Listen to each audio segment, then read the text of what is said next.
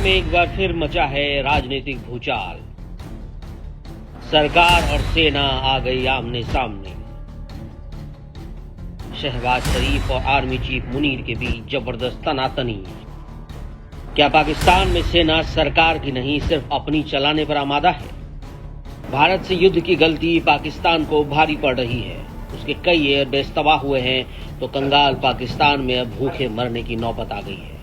शहबाज शरीफ भी मान रहे हैं कि सेना की वजह से पाकिस्तान की ये दुर्गति हुई है और पाकिस्तान को लग रहा है कि अगर अमेरिका के सामने उसने भीख नहीं मांगी होती तो पूरा पाकिस्तान नक्शे से मिट जाता। हमने एक जिम्मेदार रियासत के तौर पर आलमी और इलाकाई अमन और खित्ते में बसने वाले करोड़ों लोगों के मफाद में जंग बंदी की तजवीज़ का मस्बत जवाब दिया है। हमें कामिल यकीन है कि आबी वसाइल की तकसीम, जम्मू और कश्मीर के तनाज़ा समेत तमाम तस्वीयातल मसाइल इंसाफ के तकाज़ों के मुताबिक हल करने के लिए पुरअमन मुज़ाकरात का रास्ता अपनाया जाएगा। इस मौका पर मैं सदर ट्रंप का खुसूसी शुक्रिया अदा करना चाहता हूं, जिन्होंने जंग बंदी के लिए मुखलिसाना किरदार अदा किया। ये पहली बार नहीं है कि पाकिस्तान की सेना ने वहां की सरकार को बेइज्जत किया है। लोकतंत्र के मामले में पाकिस्तान का रिकॉर्ड काफी खराब रहा है। पाकिस्तान में पीएम वही बनता है जिसे सेना बनाना चाहे और यही सेना प्रमुख जनरल आसिम मुनीर ने इमरान खान को पीएम पद से हटाए जाने के बाद शहबाज शरीफ को प्रधानमंत्री बनाया था। अगर शहबाज शरीफ आज पीएम की कुर्सी पर बैठे हैं तो जनरल मुनीर के आशीर्वाद के बिना नहीं हो सकता और सेना प्रमुख जब चाहे प्रधानमंत्री को कुर्सी से हटा सकता है। दरअसल पाकिस्तान को पहले से पता था कि वो ज्यादा दिन तक भारत के खिलाफ रहा तो बर्बादी तय है और जल्दी बातचीत करना चाहता था। इसलिए आईएमएफ से कर्ज की किश्त पाने के लिए उसकी सबसे बड़ी शर्त भी यही थी कि पाकिस्तान युद्ध विराम के लिए सहमत हो। लेकिन कहा जाता है कि जनरल मुनीर इस बात को मानने को तैयार नहीं थे, क्योंकि मुनीर के लिए युद्ध विराम मुश्किल है, क्योंकि उसके पास फेस सेविंग के लिए कुछ नहीं है। और शायद इसी टकराव का नतीजा है कि पाकिस्तान ने फिर कायरता दिखाई और पहले सीज फायर की बात कर रात में ड्रोन अटैक शुरू कर दिया।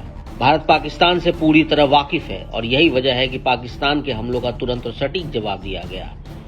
पाकिस्तान पीएम शहबाज शरीफ संसद में भाषण दे रहे थे, लेकिन उनकी टांगें कांप रही थी। वो पूरी दुनिया को बताना चाहते थे कि पाकिस्तान को इस हालत तक पहुंचाने में जनरल मुनीर का ही हाथ है और मुनीर की वजह से ही ऐसे हालात पैदा हुए। और आतंकियों को पाकिस्तानी सेना का समर्थन इसी बात को दर्शाता है कि भारत में आतंकवादी हमलों और उसके बाद भारतीय सेना के एयर स्ट्राइक के लिए पाकिस्तान जनरल ही जिम्मेदार है। इसलिए अब लगता है कि आने वाले समय में एक बार फिर पाकिस्तान सरकार और सेना के बीच टकराव होने वाला है और भारत से पिटने के बाद अब पाकिस्तान में गृह युद्ध की आशंका भी बढ़ गई है। पाकिस्तान में एक बार फिर तख्ता पलट का खेल शुरू हो चुका है। सत्ता के गलियारों में साजिशों का जाल बुन चुका है और प्रधानमंत्री शहबाज शरीफ की कुर्सी डगमगा रही है, क्योंकि पीछे खड़ा है वो ताकतवर शख्स जनरल आसिम मुनीर, जिसकी वजह से आज पाकिस्तान बर्बाद हो चुका है। शहबाज शरीफ जब टीवी पर बोल रहे थे तब उनकी आंखें नहीं, उनका डर बोल रहा था। शहबाज शरीफ ने राष्ट्र को संबोधित किया, लेकिन हर शब्द में झलक रहा था खौफ। उन्होंने सेना की तारीफ की, आर्मी चीफ को सलाम ठोका। क्यों? क्योंकि आज शहबाज को खतरा है। कुर्सी पर बैठा शहबाज, उसे खींच लेने वाला कोई और नहीं, मुनीर है। क्योंकि उसे खतरा है कि शहबाज शरीफ की कुर्सी मुनीर कभी भी खींच सकता है।